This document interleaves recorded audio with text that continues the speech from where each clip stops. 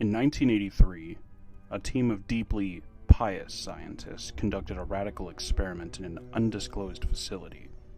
The scientists had theorized that a human without access to any senses or ways to perceive stimuli would be able to perceive the presence of God.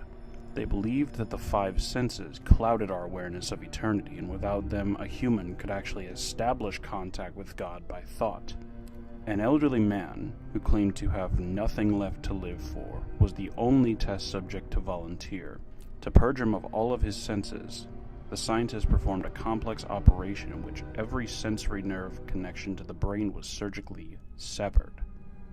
Although the test subject retained full muscular function, he could not see, hear, taste, smell, or feel. With no possible way to communicate with or even sense the outside world, he was left alone with his thoughts. Scientists monitored him as he spoke out loud about his state of mind in jumbled, slurred sentences that he couldn't even hear.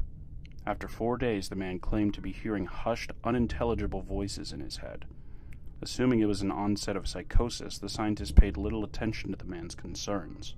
2 days later, the man cried that he could hear his dead wife speaking with him, and even more, he could communicate back.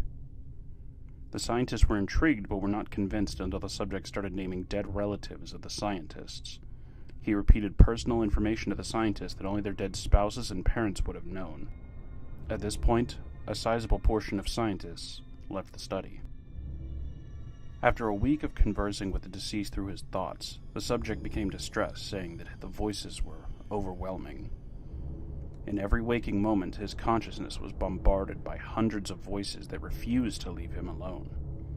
He frequently threw himself against the wall, trying to elicit a pain response. He begged the scientists for sedatives so that he could escape the voices by sleeping. This tactic worked for 3 days, until he started having severe night terrors. The subject repeatedly said that he could see and hear the deceased in his dreams. Only a day later, the subject began to scream and claw at his non-functional eyes, hoping to sense something in the physical world. The hysterical subject now said that the voices of the dead were deafening and hostile, speaking of hell and the end of the world.